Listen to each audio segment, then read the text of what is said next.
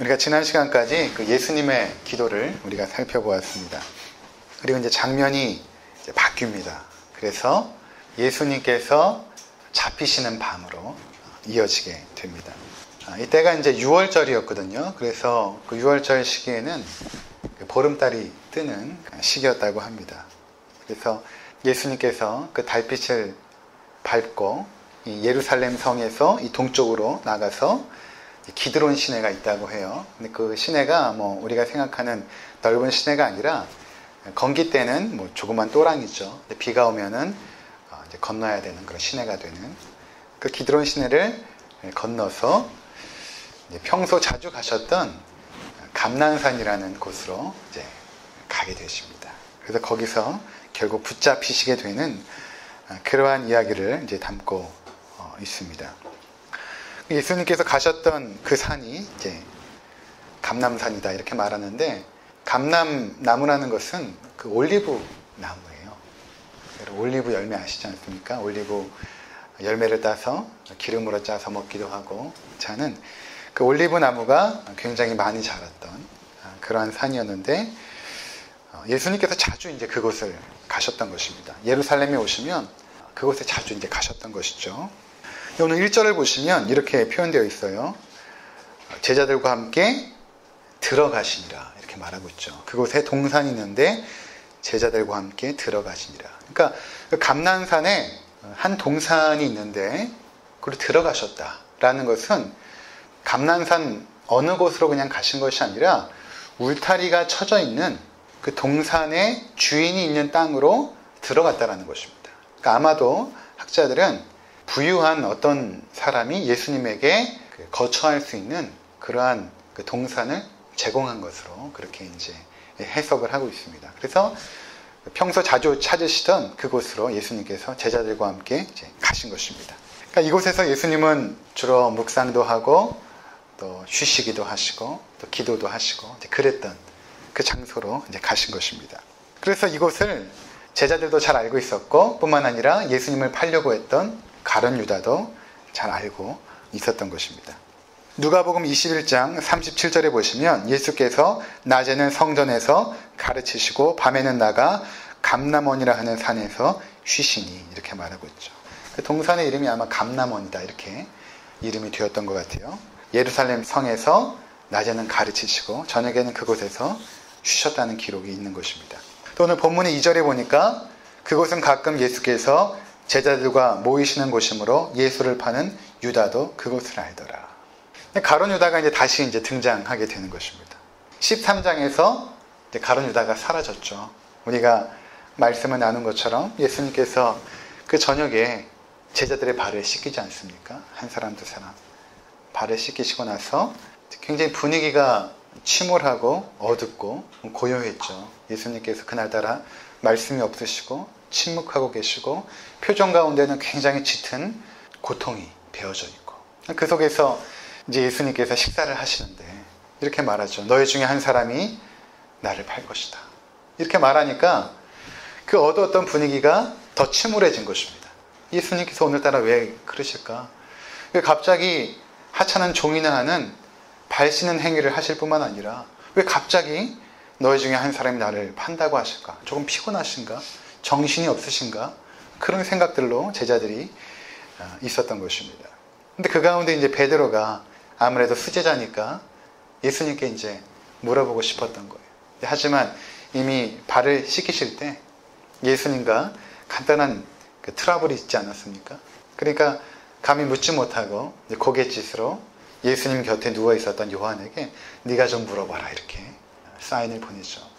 그러니까 요한이 예수님 곁에 이제 누워 있었습니다. 그 당시에 그 음식을 먹는 문화는 이렇게 앉아서 먹는 것이 아니라 비스듬히 이렇게 기대가지고 몸을 눕혀서 이렇게 음식을 먹게 되었죠. 그 바로 옆에 이제 요한이 예수님 곁에 있었던 것이죠. 요한이 이제 예수님께 물어봅니다. 예수님 누굽니까? 그때 예수님께서 이렇게 말씀하세요. 내가 떡을 찍어다가 가져다 주는 자가 그니라 이렇게 말씀하시죠. 그리고 우리나라 성경엔 떡이라고 말했는데 그들이 이제 주식으로 먹는 그런 빵입니다. 그 빵을 찍어다가 띄어서 소스에 찍어다가 가룟 유다 앞에 이제 딱 내미신 거예요. 가룟 유다가 이제 이 떡을 취할 수도 있고 이 떡을 받지 않을 수도 있는 것입니다. 만약에 이 떡을 취한다라는 것은 무엇입니까? 예수를 팔려는 그 계획을 내가 실행하겠다라는 다짐이 되는 것이죠. 하지만 예수님께서 너 중 한 사람이 나를 팔 것이다 하고 이 떡을 찍어다가 가져다 주는 자가 그니라고 했을 때 이미 가룟 유다는 알고 있었죠. 자기가 예수를 팔려는 생각이 있고 예수님께서 알고 계시는구나 하여서 자신 앞에 떡이 놓여졌을 때 그것을 자기가 받지 않고 그 앞에서 무릎을 꿇고 회개할 수 있는 기회가 되었던 것이죠. 그러니까 예수님께서 가룟 유다에게 회개의 기회를 주신 것입니다. 근데 어떻게 합니까? 가룟 유다가 그 떡을 취해버립니다. 성경은 그 떡을 취하자마자 마귀가 그 속에 들어간지라. 요한복음 13장 2절에는 마귀가 가룟 유다에게 예수를 팔려는 생각을 넣었는데 그 생각을 담고 있다가 가룟 유다가 결정하는 순간에 마귀가 가룟 유다를 장악해버리죠. 그리고 이제 가룟 유다가 그것을 나가버립니다. 나가서 이제는 예수를 팔려는 계획들을 실행하게 되는 거죠. 대제사장을 만나게 되었고 또 유대의 정치를 맡고 있는 그러한 정치인들을 만났을 것입니다. 어떻게 하면 예수를 잡아다가 죽일 수 있는가를 그 밤에 이제 모의하게 됐던 것이죠. 그리고 그 가룟 유다가 그렇게 당시에 그 종교 지도자들과 모의를 하고 있을 때에 예수님은 제자들과 함께 기도하러 가셨던 것입니다. 그랬던 가룟 유다가 이제 다시 등장한 것입니다. 제가 생각해 보았어요. 가룟 유다가 왜 예수를 팔려고 했을까? 여러 가지 생각을 해봤는데 그가 돈이 필요했을까? 은 30에 팔지 않습니까? 그런데 그 당시에 은 30은 노예를 살 때에 지불되었던 돈이라고 합니다. 그러니까 그렇게 큰 돈은 아니었던 거예요. 일단 왜 팔았을까? 라고 생각해 봤을 때 학자들은 이렇게 말하고 있더라고요. 가룟 유다는 굉장히 열심이 있었던 사람이었다고 합니다. 하나님 나라가 이 땅에 오기를 굉장히 열정을 가지고 기대하고 소망했던 사람이 가룟 유다였어요. 근데 예수님께서 이 땅에 오셨을 때 드디어 메시아가 오셨구나 라고 생각하고 예수님을 따랐던 것입니다. 그가 기대했던 메시아는 어떤 메시아였냐면 다윗 왕처럼 권위가 있고 그의 지도력이나 통솔력이 대단하고 많은 사람들을 그의 권력으로 휘잡을 수 있는 그런 다윗 왕 때의 태평성대를 이룰 메시아를 기대했던 것인데 예수님과 3년 동안 지내보니까 가끔씩 기적도 일으키고 또한 놀라운 역사를 일으키지만 점점 시간이 지나면서 어떤 이야기를 하시냐면 내가 이제 너희를 떠나 십자가를 지러 갈 것이다. 이런 나약한 이야기를 하시는 거예요. 그리고 제자들의 발을 씻기는 그런 연약한 모습을 보여주시고 그런 모습 속에서 가룟 유다가 실망한 것입니다. 이분이 메시아가 아닐 수도 있겠다. 어떻게 저렇게 연약하고 나약한 모습으로 이사야가 53장에 표현한 것처럼 그들의 보기에 흠모할 만한 것이 아무것도 없는 것입니다. 그래서 가룟 유다가 결국에는 예수를 팔려고 했던 것이죠. 그의 열정만큼이나 실망도 이제 컸던 것입니다. 그리고 그가 이제 유대 당국자들과 합세하여서 예수를 잡으려고 이제 온 것입니다. 가룟 유다의 역할은 무엇인가 하면 예수가 있는 곳을 이미 잘 알고 있었던 거예요. 그 감람원이라는 곳으로 예수님께서 가셨을 것이다. 알고 대제사장과 로마에서 파견된 군대들과 함께 예수를 잡으려고 이제 오게 됩니다. 근데 여기 보면 이렇게 그곳으로 왔어요. 3절에 여러분 한번 보시기 바랍니다. 유다가 군대와 대제사장들과 바리새인들에게서 얻은 아랫사람들을 데리고 등과 횃불과 무기를 가지고 그리로 오는지라. 자, 여기서 이제 군대가 동원이 되었는데 이 군대가 스페이라라는 그 단어를 사용했는데 이 스페이라라는 단어는 보통 로마의 병력 가운데 한 1000명 정도의 병력을 말한다고 해요. 1000명 정도의 병력. 과연 1000명이 오진 않았겠죠. 1000명까지는 아니더라도 최소 200명 이상의 군대가 동원된 것으로 보고 있습니다. 200에서 1000명 사이에 군대가 동원이 된 것입니다. 그리고 바리새인들에게서 얻은 아랫사람들. 그 당시에 이제 6월절에는 로마에서 군대를 예루살렘에 이제 파견을 하는데 워낙 종교적으로 독립에 대한 그런 열정이 고조되는 시기입니다. 그래서 치안을 담당할 그 군대를 동원하게 되는데 그래서 예루살렘 전역에 로마에서 파견된 군인들이 있었던 것이죠. 근데 그 군인들이 이 작전을 위해서 모인 것입니다. 예수 체포 작전인 것이죠. 모인 것입니다. 그리고 유다와 함께 오게 되는데 한 손에는 횃불을 들고 한 손에는 무기를 가지고 예수 한 사람을 잡기 위해서 동원된 것입니다. 아마도 이렇게 많은 수의 군대가 동원된 것은 그 당시에 그 종교적인 그 독립에 대한 열정이 고조되기는 시기이기 때문에 행여나 예수를 중심으로 어떠한 반역이 일어나지 않을까, 이것을 걱정한 것입니다.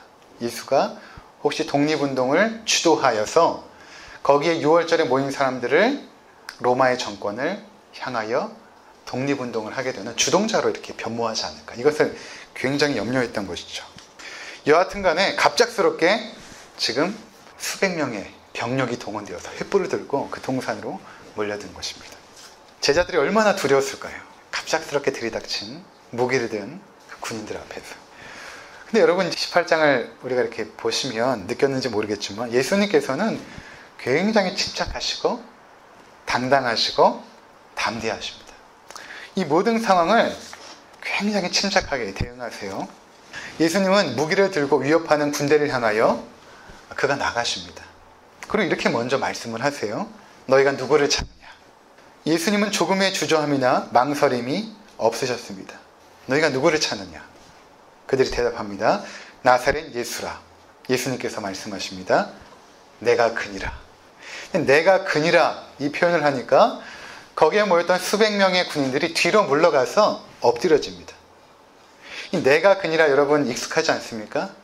요한복음에서 계속 등장하는 예수님께서 자신을 소개할 때 에고 에이미, 원어로 따지면 I am이라는 단어입니다. 이 에고 에이미는 출애굽에 보면 3장에 하나님께서 모세에게 자신을 소개할 때 나는 스스로 있는 자니라 이렇게 소개하죠. I am who I am 이렇게 소개하죠. 그 똑같은 단어가 에고 에이미거든요. 바로 예수님께서 출애굽 때 하나님께서 자신을 소개했던 그것으로 지금 말씀하고 있는 것입니다. 에고 에이미, 내가 그니라 이렇게 말씀하자 그들이 뒤로 물러가서 엎드려진 것입니다. 아마도 신적인 권능을 가진 예수님께서 그 말씀 속에서 그들이 경외할 만큼 그런 어미함과 권위가 있었던 것입니다. 예수님의 그 권위와 당당함에 눌려 내가 그니라고 하실 때 두려움에 물러가 엎드린 것입니다. 그리고 다시 이제 전열을 가다듬고 예수님께로 나옵니다. 예수님께서 또 다가가세요. 7절에 보니까 이에 다시 누구를 찾느냐고 물으신데 그들이 말하되 나사렛 예수라 하거늘. 8절 예수께서 대답하시되 너희에게 내가 그니라 하였으니 나를 찾거든 이 사람들이 가는 것을 용납하라 하시니. 이 상황을 잘 보시면 예수님께서 이 상황을 지금 주도하고 계세요. 수백 명의 군인들이 왔지만 이 상황을 지금 움직이고 끌고 가시는 분은 예수님입니다. 상식적으로 생각해 보면 그 많은 군대들이 와서 예수님을 체포한다고 하면 여기서 예수가 누구냐? 라고 묻고 바로 데려가면 되는데 그렇게 하지 않으세요. 예수님께서 먼저 당당히 나가시고 너희가 누구를 찾느냐? 내가 그니라. 이렇게 말씀하십니다. 예수님이 능동적이고 군인들은 수동적입니다. 예수님은 수백 명의 무기를 든 군인들 앞에서 주눅들거나 당황해하거나 두려워하지 않으셨습니다. 그리고 스스로 자신을 그들에게 내어주세요. 우리가 잘 기억해야 될 것은 예수님은 체포당한 것이 아닙니다. 자신을 스스로 그들에게 내어주신 거예요. 그래서 일부러 유다가 잘 찾을 수 있도록 그 감람원으로 가신 것입니다. 그러면서 예수님께서는 끝까지 제자들을 챙기십니다. 나를 찾거든 너희는 여기 있는 이 사람들은 가게끔 용납하라. 끝까지 제자들을 챙기시는 그 예수님의 그 자상하시고 자비로우신 모습을 우리가 보게 되는 것입니다. 행여나 제자들이 체포되지는 않을까 철저하게 그들을 보호하시고 염려하셨던 것입니다. 이제 군인들이 스스로 자신을 내어주시는 예수님을 결박하여 이제 끌고 가려고 이제 합니다. 그때 이제 베드로가 이제 칼집에서 칼을 이제 뺍니다. 이 칼은 긴 칼이 아니라 이제 단칼이에요. 조그만 칼. 그 조그만 칼로 그곳에 있는 한 사람이 이제 귀를 베게 되는데 너무나 당황하고 두려운 나머지 칼을 잘 못 휘두른 거죠. 그래서 대제사장의 종인 말고의 오른쪽 귀를 이제 베게 됩니다.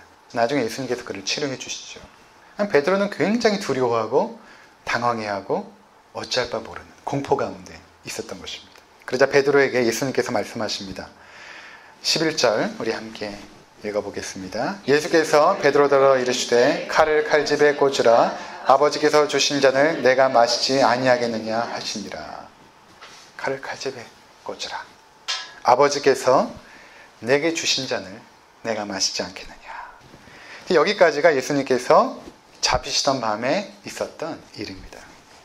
우리가 이제 살펴본 것처럼 여기에 나타난 예수님의 모습을 통해서 우리가 무언가 중요한 교훈을 하나 깨닫게 됩니다. 그것은 무엇인가 하면 이러한 위기의 상황에 종속되지 아니하고 두려워하지 아니하고 흔들리지 아니하고 당당하고 침착하고 여유롭게 이 모든 상황을 주도해 가시는 그 예수님의 모습입니다. 어떻게 예수님께서 이렇게 당당하시고 침착하실까? 4절을 한번 보시면 이 당할 일을 아시고 이렇게 말하고 있습니다. 이 당할 일을 아시고 예수님께서는 이미 자신의 삶에 놓여져 있는 그 십자가로 나가는 그 모든 길을 다 아셨던 것입니다. 어떠한 고난을 겪어야 하는지 그리고 앞으로 그 고난 속에서 겪어야 될 그 모든 상황들을 예수님께서는 다 아셨던 것입니다. 그리고 이러한 상황들이 우연히 어쩌다가 일어난 것이 아니라 하나님 아버지께서 자신에게 허락한 잔이라는 것도 알고 계셨죠. 그래서 11절에 아버지께서 주신 잔을 내가 마시지 아니하겠느냐. 하나님의 뜻 가운데 십자가로 지금 나아가고 있음을 아셨던 것입니다. 그런데 예수님은 이 아는 것으로만 그친 것이 아니라 그 십자가로 나가는 길을 기도로 준비하셨다는 것입니다. 그래서 18장 1절에 보면 예수께서 이 말씀을 하시고 제자들과 함께 기드론 시내 건너편으로 나가시니 이렇게 말씀하시죠.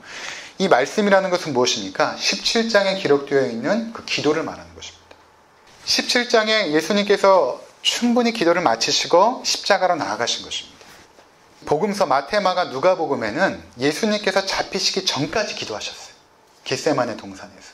이 눈물방울이 떨어졌는데 핏물방울처럼 되더라 이렇게 표현하고 있거든요. 그만큼 예수님께서 절박하게 기도하고 계셨던 것입니다. 그 기도를 통해 예수님은 준비하셨기 때문에 당당하고 침착하고 여유롭게 이 모든 위기의 상황들을 돌파하셨던 것입니다. 우리의 삶도 그럴 때가 있지 않습니까? 어떠한 일을 진행하려고 할 때 예측되는 두려움과 어려움들이 있습니다. 어떤 사람들은 미리 짐작하여서 포기해버리죠. 그런데 어떤 사람들은 준비합니다. 그런데 준비할 때 가장 중요한 준비가 무엇인가 하면 기도로 준비하는 것이 가장 중요한 것입니다. 예수님이 능력이 없으셔서 기도하셨겠습니까? 그렇지 않습니다. 기도로 준비되는 것이 가장 옳고 정당하고 바른 것이기 때문에 기도로 준비한 것이죠. 하나님의 도움 없이는 감당할 수 없고 해결할 수 없기 때문에 기도하는 것이 필요한 것입니다. 예수님께서는 우리가 생각할 때 하나님 나라의 복음을 증거하시고 또 병자를 고치시고 이 두 가지 사역만 기억하는데 거기에 기도 사역이 하나 더 포함이 되어집니다. 예수님께서 이 땅에 오셔서 행했던 사역은 이 세 가지입니다. 하나님 나라의 말씀을 전하시고 병자를 고치시고 세 번째는 기도하셨습니다. 그리고 특별히 이 기도하실 때의 모습들을 제가 이렇게 뽑아보니까 중요한 순간을 앞두고 기도하십니다. 누가복음 6장 12절 우리 한번 찾아보도록 하겠습니다. 이때에 예수께서 기도하시러 산으로 가사 밤이 새도록 하나님께 기도하시고 밝음에 그 제자들을 부르사 그 중에서 12를 택하여 사도라 칭하셨으니 예수님께서 12명의 사도를 세우실 때 기도로 준비하시고 세우세요. 그러니까 사람을 세우는 게 얼마나 중요한 일입니까? 인사가 만사라고. 그렇죠? 얼마나 중요한 일이에요. 한 사람의 사도를 세우는 일. 예수님께서 그 일을 위해서 밤이 새도록 기도하십니다. 그리고 12명의 사도를 세우세요. 그러니까 여러분 우리가 어떤 일을 진행할 때 사람을 위해서 기도하는 게 얼마나 중요하겠어요. 우리 취업을 위해서 준비하는 학생들은 좋은 직장 동료를 만날 수 있도록, 상사를 만날 수 있도록, 또 사업을 하시는 분들은 좋은 직원을 만날 수 있도록 예수님께서 밤이 새도록 기도하시고 사람을 세운 거예요. 그만큼 기도로 준비하는 것이 필요하다는 것입니다. 자, 누가복음 5장 15절 16절 한번 보도록 하겠습니다.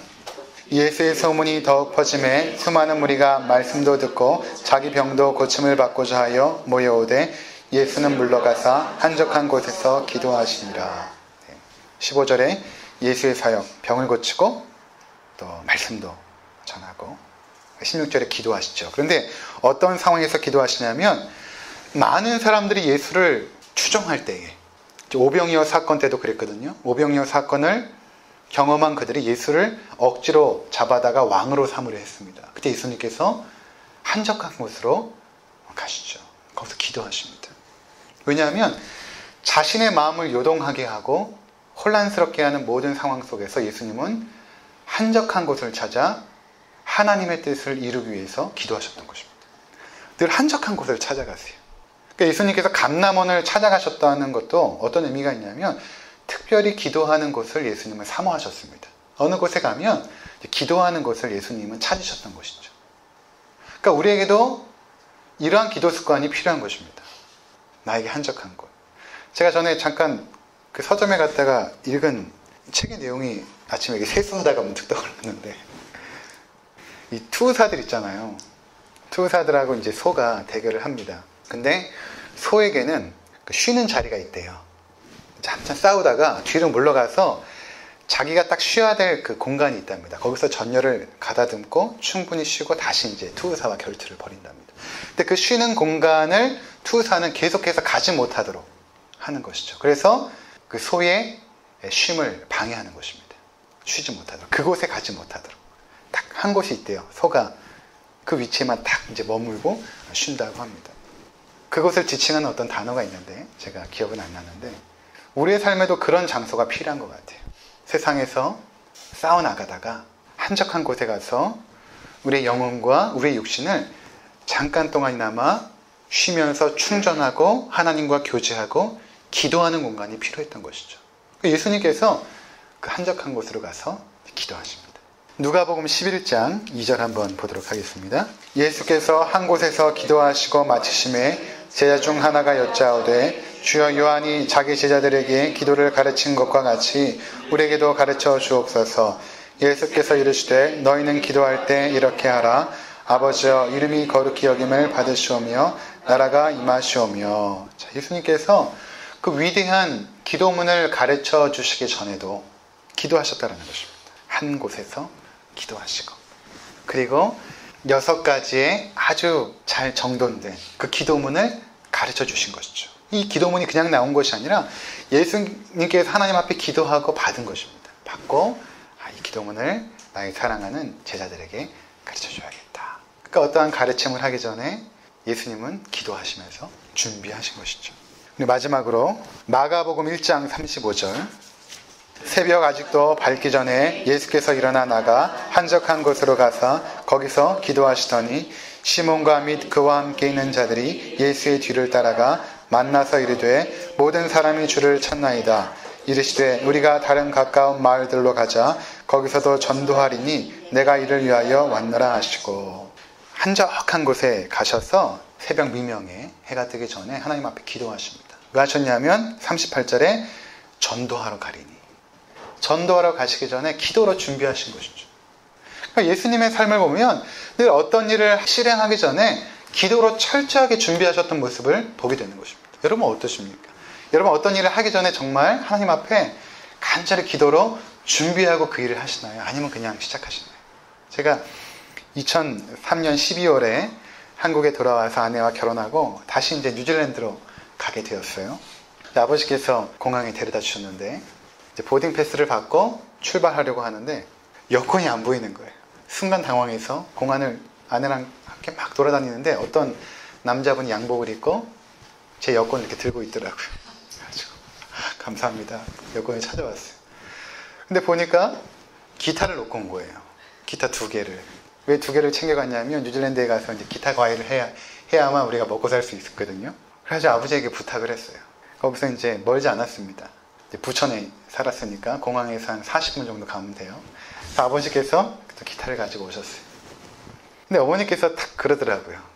너 기도 안 했지? 그러더라고요. 할 말이 없는 거예요. 정말 기도 안 했거든요. 기도 안 하고 뉴질랜드로 가려고 했던 것입니다. 다른 일로 굉장히 분주했던 거예요.